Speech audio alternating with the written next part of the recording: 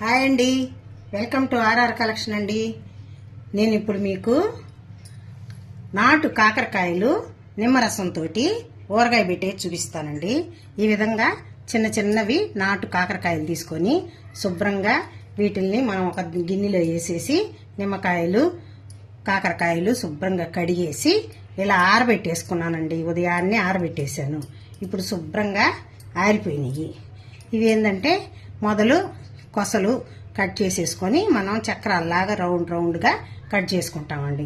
ఏ మాత్రం చెమ్మ లేకుండా శుభ్రంగా తుడుచుకొని ఈ విధంగా తుడుచుకొని నీట్గా పండు నిమ్మకాయలు అయితే బాగుంటాయండి, రసం బాగా వస్తుంది.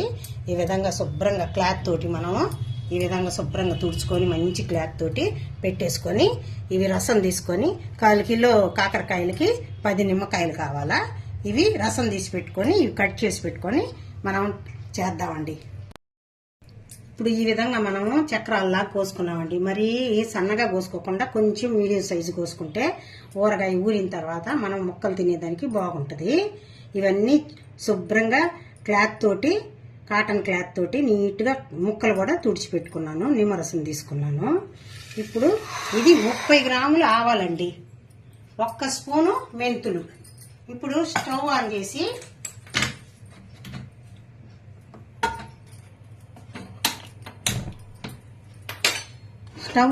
ప్యాన్ పెట్టుకునేసేయాలండి.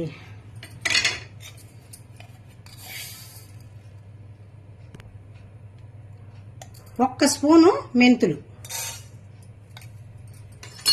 1/4 కేజీ కాకరకాయలు 10 నిమ్మకాయలకి 1 స్పూన్ మెంతులండి.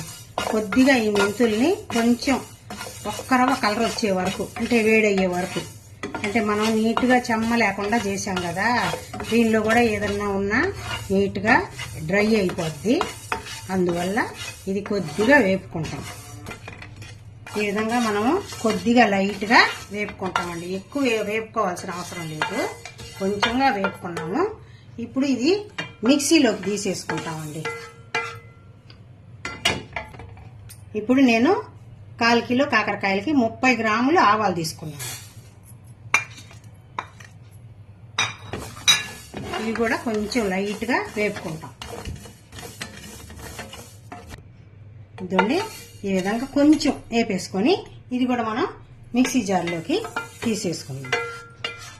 ఇదే ప్యాన్ పెట్టేసి మనము ఆయిల్ పోసుకుందామండి.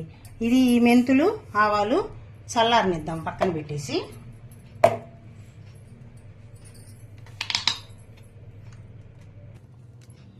ఇది నువ్వుల పప్పు నూనె అండి, మేము గానుగ దగ్గర నుంచి తెచ్చుకున్నాము. ఇదైనా తీసుకోండి, అగ్గమార్కు పప్పు నూనె అయినా తీసుకోండి, లేదు మామూలు ఉదయం నువ్వుల నూనె అయినా తీసుకోండి. ఏదైనా మీ ఇష్టం అండి. వేరే ఇంకేమైనా ఆయిల్స్ అయితే అంత బాగుండదు టేస్ట్ ఊరగాయ. ఇప్పుడు మనము దీనిలో ఆయిల్ పోసుకుంటాము. ఇప్పుడు ఇందులో మనము ఆయిల్ పోసుకుందామండి.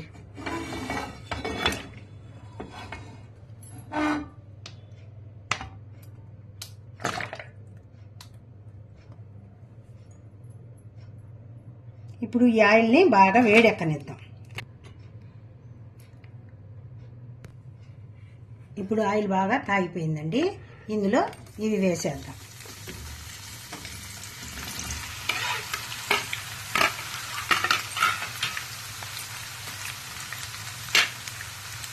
ఇవి వేసేసి మరి ఎర్రగా వేపుకోవాల్సిన అవసరం లేదండి.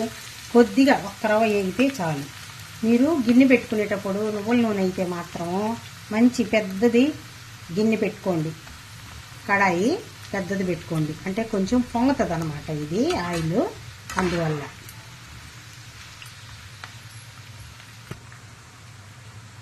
ఇప్పుడు ఇవి బాగా కొంచెం వేగేయండి. ఈ మాత్రం వేగితే చాలు, మరి ఎర్రగా వేపాల్సిన అవసరం లేదు. అంటే నిమ్మ ఏదన్నా ఉంటే దాంట్లో ఆయిల్లో డ్రై అయిపోద్ది. అందువల్ల ఈ విధంగా ముక్కలన్నీ మనం గిన్నెలోకి తీసేసుకున్నాం. ఇప్పుడు ఈ ఆయిల్ మనం కాకరకాయలన్నీ తీసేసాం కదండి, అందులోనే ఒక 2 స్పూన్లు ఆవాలు,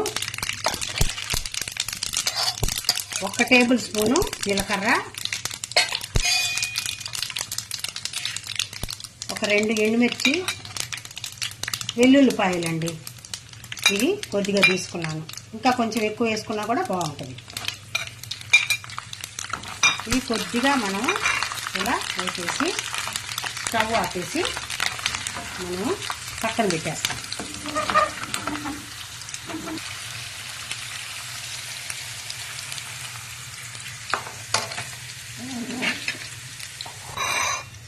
ఇప్పుడు ఈ ఆవాలు, మెంతులు చల్లగా అయిపోయినాయి. ఇవి మనం మిక్సీకి వేసుకుందాం. ఇప్పుడు మనము ఈ కాకరకాయల్లో ఇది మిక్సీ పట్టేసుకున్నామండి. 1 టేబుల్ స్పూను పసుపు వేస్తున్నానండి.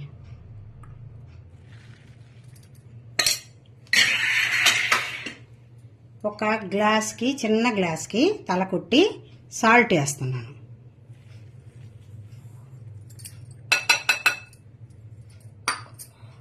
ఇప్పుడు మనం నిమ్మకాయలు 10 పిండి పెట్టుకున్నాం కదండి, ఈ రసం కూడా ఇందులో పోసేస్తున్నాం. ఇప్పుడు ఒక మంచి ఈ సాల్ట్ కూడానండి మీరు ఎండలో కాసేపు పెట్టి మధ్యాహ్నం పూట తెచ్చి పెట్టుకోండి. నిమ్ము ఉంటే ఆ నిమ్ము అంతా పోద్ది. శుభ్రంగా మనకి ఊరగాయ పాడవకుండా జాగ్రత్తగా బాగుంటుంది. ఈ విధంగా కలిపేసాను. ఇప్పుడు ఇందాక మనం ఉప్పు తల కొట్టి 1 గ్లాస్, చిన్న గ్లాసు ఉప్పు తీసుకున్నాము. అదేవిధంగా కారం కూడా 1 గ్లాస్ వేసాను. కానీ సరిపోదండి, ఇంకొక 1/2 గ్లాసు వేస్తాను. ఈ విధంగా 1/2 గ్లాసు వేసుకోవాలి. వేసుకొని ఇది అది అన్నీ కలిపి మిక్సింగ్ చేసుకోవాలండి. బాగా ఈ విధంగా కలిసిపోయేలాగా మిక్స్ చేసుకోవాలా. ఆ తర్వాత మనం ఆవు పొడి, మెంతి పొడి మనము కొట్టి పెట్టుకున్నాం కదా, ఇదంతా కూడా ఇందులో పోసి కలిపేయాలి.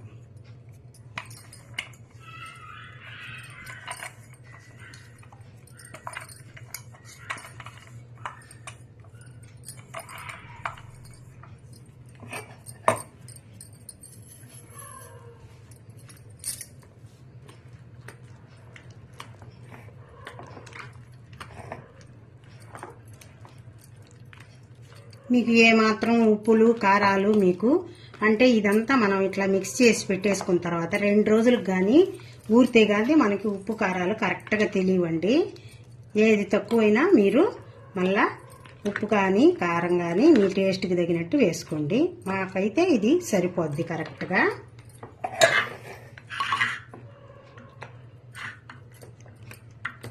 ఇప్పుడు మనం కాచి పక్కన పెట్టుకున్నాం కదండి, తిరగమాత పెట్టి ఈ ఆయిల్, మీకు ఆయిల్ ఎక్కువ కావాలంటే ఆయిల్ ఎక్కువ వేసుకోండి, లేదంటే మీకు కావలసినంత ఆయిల్ వేసుకోండి.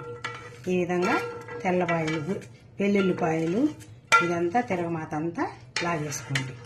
ఇది కాస్త పక్కన పెట్టుకుంటే మనకి 2 రోజుల తర్వాత మనకి ఆయిల్ దానిలో ఎంత ఉండేది తెలుస్తుంది. ఇప్పుడు మనకంత తెలియదండి. బాగా ఆ ముక్కలన్నీ ఉప్పు, కారం, ఆయిల్ అన్నీ లాక్కొని బాగా 2 రోజులకి సెట్ అయిపోద్ది.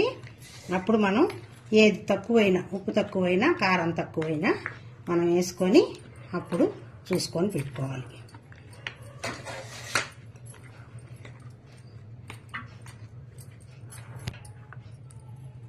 ఇది ఇలా కలిపేసి పెట్టుకొని 2 రోజుల తర్వాత ఉప్పు, కారం చూసుకోండి. ఏది తక్కువైనా మీరు వేసుకోండి. నేను చేసిన ఈ విధానం కానీ మీకు అందరికీ నచ్చుంటే మీరు లైక్ చేయండి, షేర్ చేయండి, సబ్స్క్రైబ్ చేయండి. ఇది అన్నింటికీ బాగుంటుందండి. ఇది కాకరకాయ షుగర్ పేషెంట్లకి మంచిది. నిమ్మరసంలో సి విటమిన్ ఉంటుంది. మనకు అన్నిటికీ ఆరోగ్యానికి చాలా మంచిది. బాలింతలకైతే నిమ్మ పులుసు పడనోళ్ళు నిమ్మ పులుసు వద్దండి. ఇది కాకరకాయ ముక్కలు మాత్రం తీసుకొని తినొచ్చు. పాలు బాగా పడతాయి. మా పిల్లలకంతా నేను ఇది చేసి పెట్టానండి. బాలింతలకైతే షుగర్ పేషెంట్లకి మంచిది. బాయ్ అండి. ఇంకొక మంచి వీడియోతో మళ్ళీ మీ ముందు ఉంటాను. నా వీడియో లాస్ట్ వరకు మీరందరూ చూసినందుకు మీకు థ్యాంక్స్ అండి.